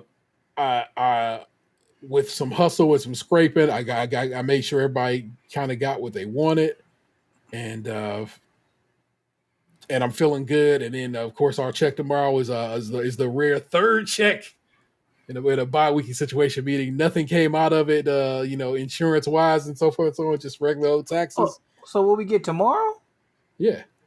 Oh shit! If you have not looked at it, it's that nice check. It's that good. Also, I got like 2 little shakes of OT on it, meaning there was 25. I had 25 minutes of OT one week and a half hour the next week. So just a little sprinkle of OT on that bitch to make it taste a little funkier. So it helps that I'm about to go into next year with so jealous. I think I had 8 minutes of overtime this whole year. Bruh. I have had probably a total of, I don't think did we work any overtime over in our maybe maybe like the first couple months, Yeah. maybe. Yeah, those 8 minutes I had came in January. But after Yeah. that, we were explicitly told we were forbidden from doing that shit. Nah, the department I'm in now is just work it. And I'm like, and I constantly see people like there who anyway. Yeah, but that was like I said, yeah, you should you should wake up to a nice solid situation here in a few minutes because man, it is later than I thought it was. But um it's a good Christmas, y'all. And I'm of course grateful and thankful for y'all presence in my life, but also, of course, getting my family doing right by my family and so forth, and it felt good. And I talked to just about everybody, and everybody who need to message me and so forth, and we did, and people reaching out from just across the country at this point, and that was real dope. And it was just it was good, and my family felt loved and taken care of, and I liked that was the result of we're in the end result of all of this, and so that's what's up, y'all. It is late AF, and though I have a selection of Emma the assholes, once again I'm gonna give you a singular Emma the asshole, but I will give you options. Emma the asshole for leaving my in-laws Christmas dinner after I found out they didn't make accommodations for me. Let me tell you something. I'll just tell you right now, this person's an asshole. Hands down, don't worry about it. Trust your boy on that one. Yes, they're an asshole, and it would have been fun to go over that one for their assholery. This one, am I the asshole for not waking my husband up and causing him to miss his flight to attend Christmas with his family? This one I have not really dug into. Can't call it. But this one, am I the asshole for telling my cousin this isn't a grief competition and she should understand that after she went off on me? Now you hear that and you think, oh, but it's a pink comment at the top of this motherfucker. Not like I had to scroll down or whatever. I mean, the first brick of comments is here at the top, and that bitch is glowing pink. It tells you some things about this particular one. So that's the one. Look, I know I just told you I'd let you vote on it. I'm not letting you vote on it. That's the one you got to hear. So let's get to it. Am I the asshole for telling us? If you didn't know, each week we head to the mean streets of Reddit, to the subreddit. Am I the asshole? And we was doing that shit before it was cool. And we decide if this person is or is not an asshole by our metrics, as well as depending on what the people over on Reddit say. Am I the asshole for telling my cousin this isn't a grief competition and she should understand that after she went off on me? I had a miscarriage last year, which was the worst moment of my life. And it took a big hit in our relationship. Me and my husband's divorce just got finalized last month, and it's honestly a different type of pain. But thankfully, I have wonderful friends and family who've been supporting me all the way. We had Christmas dinner with my family. A lot of my relatives kept checking in with me, asking if I was doing okay and bringing me food. I felt really loved and it was pretty fun overall, and it took my mind off everything for a bit. My cousin A's fiance recently passed. She was at dinner, but wasn't talking much and mostly kept to herself. I saw her getting a soda, so I asked if she could bring me one as well. That didn't go well. A got upset and started going off me. Why should she have to bring me things and I can get it on my own? I told her it's completely fine if she doesn't. I just asked since she was already there and she's making a big deal. A looked like she was about to cry and kept going off about how I expected everyone to fawn over me and no one cares about her and her fiance. I told A we're all doing our best. I'm sorry if she feels that way, but this isn't a grief competition and she should understand that. A few people overheard us, but the conversation changed and it wasn't a huge issue. A's sister messaged me later that what I said to A is awful, and we're all awful to her. I told my best friend what happened, and she suggested I post here for opinions. I didn't think this was such a big deal, but A thought otherwise. Was I the asshole here? Taking just what I've given you. Is this person the asshole? I don't think so. I don't think so, but I would like to hear this pink comment. All right, now let's load it up. This is from Woke Jabber, asshole enthusiast. My condolences on your loss. From the main post, it doesn't sound like you did anything wrong, but based on your other replies, you're the asshole majorly, and the rest of your family isn't much better. They go on to quote, I had a sudden panic attack one day. I'm very close to my mom, but she was in a different city at the time, so I called my aunt to come visit. She stayed with me instead of going to the funeral. And A sent some not so nice text to me later. You called her mother away from her fiance's funeral. Of course she's upset with you. She also quotes this. Even at Christmas, this person, whoever, work jabber, even at Christmas dinner when everyone was chatting and talking, she wasn't joining in. And the writer here says, her fiance just died, and your relatives are all hovering around you because of a year-old event. Grief is not a competition, but some is fresher than others. Quotes him again. It's not a competition to see who has it worse, and A is still very young, 21, beautiful, and smart. So it's not the end of the world for her versus the pain of losing a child and having your relationship break down over it. And so this person says, so grief is not a competition, but your year-old loss is much more serious than her fiance's recent death, right? I'm beginning to wonder if her being beautiful and smart is the reason you're just a beast about her. They also quote this one. I know a couple of people that overheard our conversation, tried to gently explain that to her, but she ended up leaving early. And this person's final response is, your whole family sucks, and I hope she reaches out to her late, the one that just died recently, fiance's family, for love and support, because she certainly is not going to get any from from a family that dances attendance on the best manipulator. So I was like, damn, this bitch said a bunch of shit in this post about and whatever. So I was like, you can always click on a user's name and you can then go and see what they say. And you can see these person's points. And this person says a lot of things in this post. And that's why this person went through and read they shit, was like, motherfuck you and your fucking label. This person and their entire family is a bunch of assholes. Y'all didn't know that. I knew that, which is why I shared it with y'all.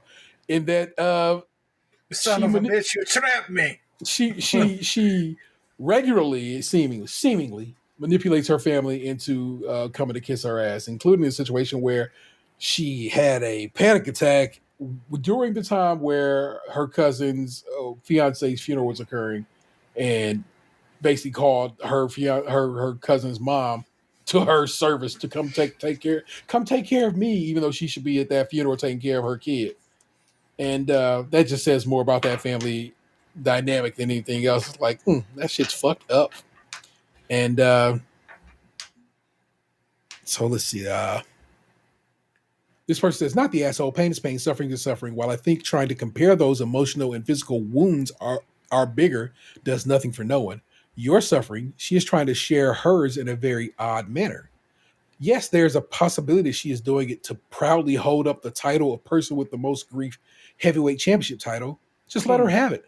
Focus on your healing. They are clearly toxic. So this person thinks that they know what's going on. But then here's what the OP responds. This is my point as well. I understand very well she's hurt, but so am I. This isn't the first time she's done it, actually. I'm close to my aunt, A's mom, and I had a sudden panic attack. Remember this part. And I'm very... she stayed with me instead of going to the funeral, and A sent some not nice text later. I just let it be. But even at Christmas dinner, when everyone was chatting and talking, she wasn't joining in. Edit. I understand how I wrote what I wrote is confusing, but my aunt didn't miss the funeral completely. She was there when I called, and she came then. And then the person responded, did you know about A's fiance's funeral? Did you know that it was the day that you asked your aunt to come over? Also, knowing that she will miss the funeral, was there a reason you didn't go to the funeral? Did other family and friends extend the same kindness to A during the time of grief as they did yours? And she responded, my aunt wasn't with me the whole time. She was at the funeral, and then I called. She came and stayed. I wasn't feeling that great and was also pretty busy with the divorce proceedings. This was around the time everything got finalized, so I didn't attend the funeral, but I sent A flowers, and yes, other relatives did attend the funeral. You see, this person's just shitty. Agreed. And I don't try to bandy shitty around so much because Anthony always tells you don't say that about people, and I try to be, a good friend and a good listener. Where Ant tells me don't say reckless shit, but this person just seems shitty, and it's not a. And I'm not saying it is a grief competition, but it does seem like she, like I said, manipulates people into playing on her side while this person just lost their fiance. Yeah. I don't even know what I'd do with that kind of tragedy, DMX said a long time ago in one of his songs, it's a difference between doing wrong and being wrong, and that ain't right. So, like, this person seems to like, I don't know, a different kind of creepy and and assholery. Like, you really need help, baby girl. Yeah. And I'm never, ever shitting on someone for having a miscarriage. My children's mother and I, but of course, nothing compared to what she went through. Suffered a miscarriage. It was real fucked up. It was a very fucked up time. Like there's a lot of shit we had to go through to get through that. But let me tell you something. That compares nothing to when she died. Yeah. I mean, those worlds are separated by solar systems of grief. You know what I'm saying? One was kind of like, yeah, that's fucked up, and there is some things we have to grow and go and get through together, and the other is hurts to this day. And so, if you understand that, truly understand that, then and so yeah. Trust me when I say that, and I speak from real personal, real life lived experience. You are the asshole. And what are those colossal type of assholes? And I'm just like, ugh. And I'm glad that's why, like I said, that's why the first comment, big and bright, and I'm sure they probably can go up and pin a comment. There's probably something she's a situation like that. But it's like they was not playing around with this one. They was like, fuck you, fuck you, fuck your bitch and the click you claim. And I was like, we're right. The pain of divorce. It's actually the exact song lyric I was thinking about a few minutes ago. Look, man, take it from a divorce guy. It hurt. It didn't hurt like that. So, ugh, disgusting. I'm gonna give you just a little bit of entertainment because I actually was doing something. Finally, for once, doing something different for the first time in forever. Started a new game on the old PlayStation 5. Started Horizon Forbidden West, and unlike the first Horizon that took me 5 tries to get going, hit this bitch running. Having a great time with it. It is really, really, really good so far, and I just love it. I love that. I ended up loving the first one after multiple attempts to get it started, and I very much am enjoying the sequel so far. Also today in the mail via my Christmas Amazon gift cards, I received the update of the. You can update the space on the PlayStation 5, and you need to because the PlayStation 5 has the most paltry of hard drives. Not even a terabyte of storage on there. Just the itty bittiest wackest of space, but you can get a bigger hard drive. And I found the drive that everybody says is the drive for that at a great price on Amazon on Boxing Day. And so I ordered that and it got it. It arrived today. Installed it. And unlike most of the time when you install a hard drive and it's like, it's a 2 gig hard drive and you get like 1.89, gigs of space, you get the full 2 gigs because it formats in that way. And I'm like, dope. So I got all kinds of space on that PlayStation now and a pretty fat stack of games over here on this coffee table of things that the kids got for and for Christmas. And Well, you have to send me that so I can update my PlayStation 5. Because I seen that and I meant to. It's all before we record. It's always a laundry list of like, hey, let's catch up on this, and I want to ask you this, and then it's always never goes there. So yeah, I'll send me the link later. You don't got to do it now. well, it's the easiest thing in the world. You know, I got it right here. So, but also, what's even fly? What's dope about this one is they sell one that is PlayStation branded that costs like $50-$60 more. It's the same drive, just ain't got the PlayStation logo on it. Oops, shit, hit the mic. So, because I have a $25 gift card from Amazon that I haven't used yet. And you just said we got paid more money, so more money. it's in the chat. You're good to go. I got the 2 terabyte model. If you want to save a couple bucks, you can go for the 1 terabyte model. It's still more space than you have on that PlayStation right now by a lot. So, excuse me. So 179. Yeah. So, Well, I will have to add that to my list because I think before I get that, I probably need to get a new phone because my phone won't keep a charge for nothing now.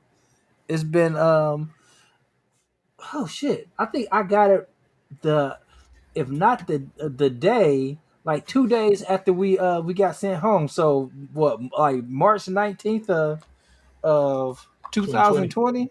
Yeah. Are you going to stay in the Samsung family of phones, or are you going to go elsewhere in the realm of Google? I was actually thinking about getting the Google Pixel 7 Pro. Pixel 7. Yeah, it's a real good looking phone. So can't knock the hustle. Can we get that on our service, or are you going to have to buy it outright from like Best Buy or something? No, Google Pixel 7 Pro was on T-Mobile. Very good. I remember it was one that they didn't have the model you wanted on there. I can't recall which one it was. I think that was a couple years ago with the Pro, but I mean with the Pixel, but it was probably around the time you got that motherfucker, and we was looking at phones, and then we ended up getting sent home because of the goddamn pandemic. Yeah, I'm still using a Note 9. I mean, if it's working for you, who cares? Well, the battery on it's not like it used to be, but the phone itself that's still what I'm works. saying right now. Like the phone, it like loses battery like this, and like the charging port is shit now. Like I have to, like my cords pop out all the time now, so I gotta make sure it stays plugged in. Yeah, that's where we are. We're together in this, holding hands, going down this road together. Yeah, but aren't you in the next gen? Like I'm still using the one before your gen. No, I think we're like we're right around the same time. Like this is I think a Galaxy 10, and then like we're like so the Note usually comes out last. So your 9 is essentially a 10. And then that's how they always did it. And then like they said fuck that, and they just like now we on 20. Now they on 22s and stuff. Yeah, I'm pretty sure I got this phone in September of 2019. So it's at least 3 years old. Yeah, so you got yours in September. Mine probably came out in September, and I didn't get it till March. So like we both in the same place. Yeah, buying the tablet definitely helped extend the life expectancy of it, but at this point, it's still almost a 3.5-year-old phone. Yeah. It's probably time for everybody to do the little updating. So, y'all watching thing. Oh, yeah. Also, I watched every Christmas thing that I wanted to watch. That I watch every year. I watched Die Hard. I watched Love Actually. I watched Serendipity. I watched the Ted Lasso Christmas episode. I watched Mickey's Christmas Carol. I watched Emmett Otter's Jug Band Christmas and Muppet Christmas Carol. Everything that I watched for Christmas. Serendipity was the last thing I watched because I couldn't find it anywhere, so I ended up having to buy it on Amazon Prime. Renting it was $3, and buying it was like $10, and I had $10 of credit, and so it's basically 79 cents. I just had to pay the taxes on it, so I ended up just buying it, and so I can watch it whenever I want now. Those are my Christmas movies, and I watched and enjoyed them all. It was fucking fantastic, and I had a great time doing it. Did y'all watch anything or get down with anything? I watched Matilda the musical. That shit look good. Is it good? It's pretty entertaining. Like, okay. I don't feel like I'd need to watch it again. But no, yeah. but the work that they put into it is pretty impressive. Those kids can sing and dance. Very good. I watched The Glass Onion. I want to I see that. wa- Don't tell me nothing about that one. okay. I watched Black Adam. I watched Top Gun, the new one, Yeah, and then I watched the whole season of House of Dragon. very good. What'd you think of Black Adam? It was okay, but like if they don't do another one, I won't be upset. They are not. They're Worry not not. doing Ain't no ifs to that one. They are not. Yeah, it wasn't great, but it wasn't the worst. And it's like part of it is because like I didn't know who any of the characters were, and I You don't know. know Hawkman, don't you? I'm not really a DC guy. Fair enough. Okay. Ant-Man, would you agree with too? Like I said, I went to the movies and seen the new Puss in Boots movie today. Yeah. I've been working on the HBO the Lakers short series. Yeah. I don't know. I kept on wanting to watch it, but then I put it on the back burner, and then I remembered it. I remembered it the other day. I'm like, yeah, let me get out and watch. And That's how I felt the other day when I saw that Cobra Kai came out last year, and I forgot all about it. I was like, oh shit, I got to get that done. yeah, I'll have to catch back up to that and take advantage of having Netflix because I know pretty soon, like they're talking about you not being able to share accounts. Even in the same household, you'll have to pay more money. So who knows how that's gonna go? But that it's a pretty decent docu series, or not really docu series. It's a damn near fucking fantasy. Some of the shit, but because like some of the stuff behind the scenes, like they showed like some of the actors on not stilts, but like Air Force Ones with like 6 inches of height on them and stuff. So that was always interesting. So, but like seeing it, it's a pretty good show. Um, I love when you see actresses and actors from other things, or you see actors from other things, and they're able to be in a different light and show their different amounts of skills and stuff. It's pretty good. I'll probably watch some other stuff. And I finished a book on an audio book um, called All Good People Here, and it was like had rave reviews, and I'm like, man, another 6 hour waste of my fucking time.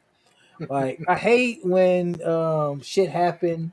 I mean, of course it might be a sequel or something like that, but I hate when stuff happens. It's like, well, use your imagine. I'm already using my imagination. I've been using my imagination for 6 hours. You need to tell me some shit right now. But I did use one of Lunch's tricks where I put the book speed up just a little bit. Like I put it up to 1.25, which helped it out a little bit. But man, like you're not really telling me the ending of the book fucking sucks. Like I spent all these hours with these characters, and then you get to the end, it's like, but did he? And I'm like, oh come on, man, why? But Now, it always bugs me when a show is like, it's open to interpretation. It ends how you want. Like, no, motherfucker.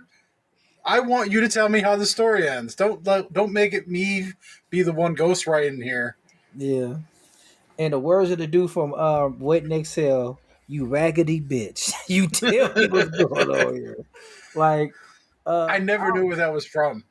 oh, you raggedy bitch. I always see the meme online with the dude in the yard. He's like, "You raggedy bitch." Yeah, I had no idea what it's from, but I always loved it. Yeah, that's from the Wait and Exhale movie, and that's Bubba Gump. Well, Bubba. Oh man, you make all the shrimps. Why? I don't know why she didn't love him more. Black people love crustacean, but yeah, all good people here. My gosh, I can't like. I almost have to read it again just to be sure they tricked me. I know they tricked me. Matter of fact, that was gonna be one of my subjects today. Like, but it's okay. But that was my entertainment this week. Good enough, people. You know what it is? You know what to do. You know how to do it. And if not, it's all at the beginning of the show. I swear to God, I'm not running through It's all too of late this. for this shit. Okay. Hold on. The one thing I will talk about here at the end of the show is go buy a shirt.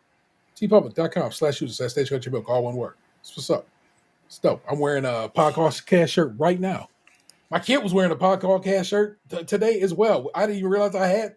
I know I do because I bought them hoes, but I didn't really realize I had two podcast t-shirts. The white one and the dark blue one.